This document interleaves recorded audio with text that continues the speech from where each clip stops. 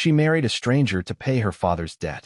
The whole town agreed on two things: that Clara Ashford had married a man she'd never met to get her hands on his money, and that Edward Cole was the kind of cold, powerful man who simply bought whatever he wanted, including a wife.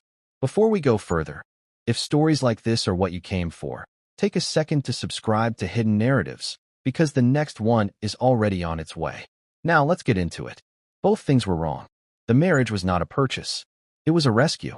And the strange part, the part no one in that town would understand until much later, was that the woman they all pitied had never been in the danger they imagined.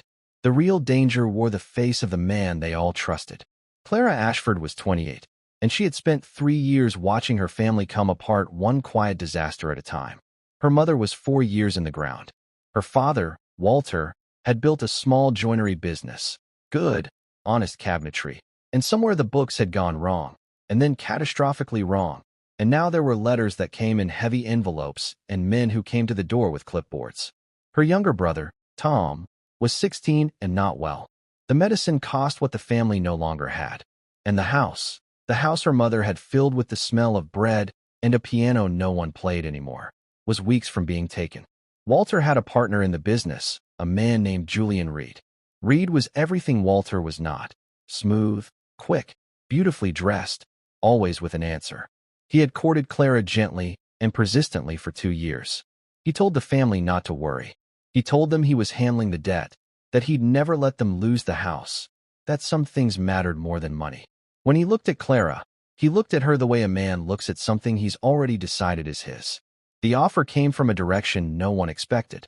Edward Cole was a name people in that town said quietly. He owned half the valley and was seen in none of it. A widower, they said. Severe. Untouchable.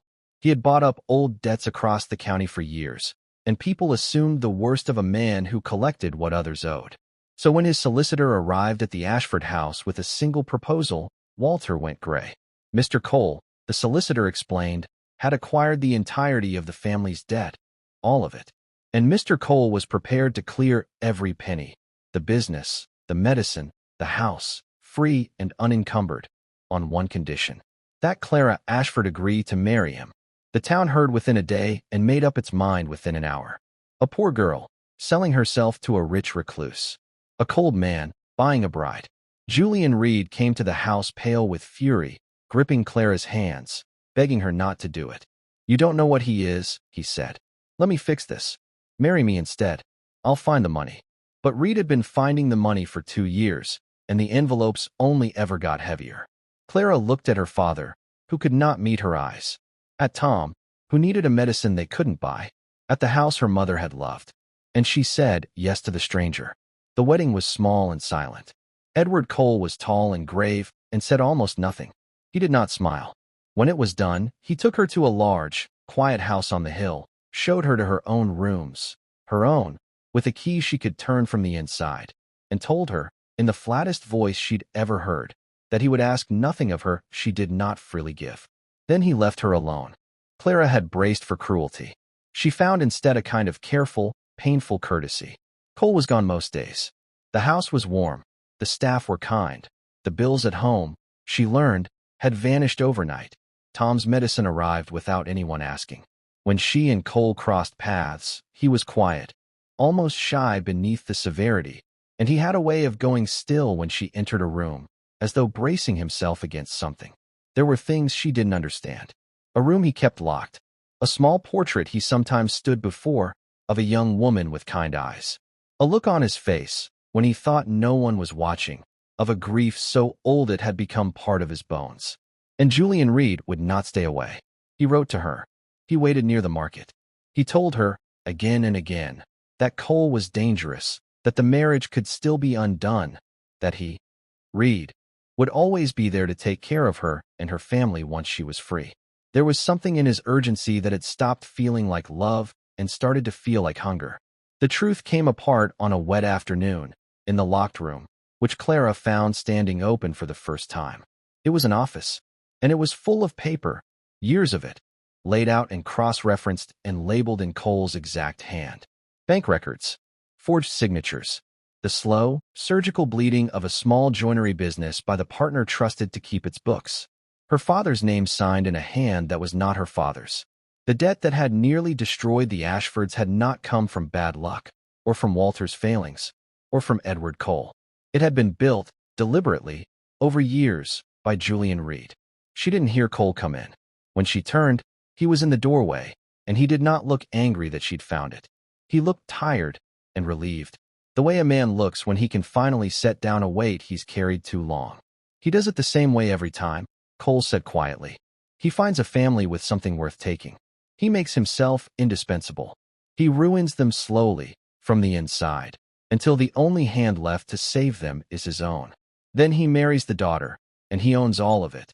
The business, the house, the name, and everyone calls him a hero for it. How do you know this? Clara said. Because he did it to my wife's family. 15 years ago.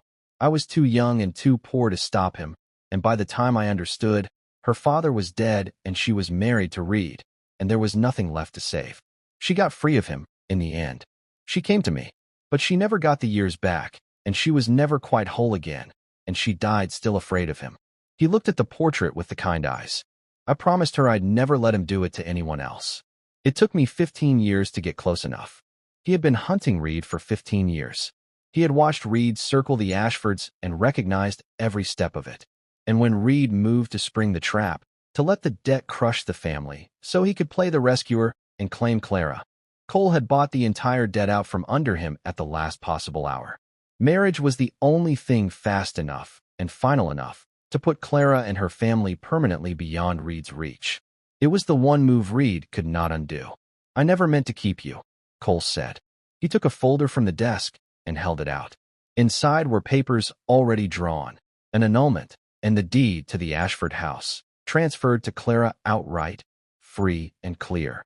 Once he's exposed, you owe me nothing. Not the debt, not the marriage, not a single day. You'll have the house and your freedom both. I only ever needed you safe. The proof Cole had spent 15 years assembling did what proof does.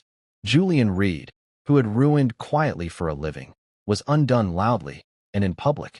The forgeries, the pattern, the trail of hollowed-out families finally laid end to end.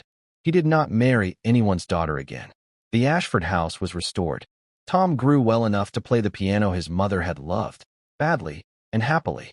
Walter, who had carried his shame like a stone, learned that the failure had never been his at all. And Clara stood in Edward Cole's quiet house with the annulment papers and the deed in her hands, with her freedom, exactly as promised, asked of her nothing.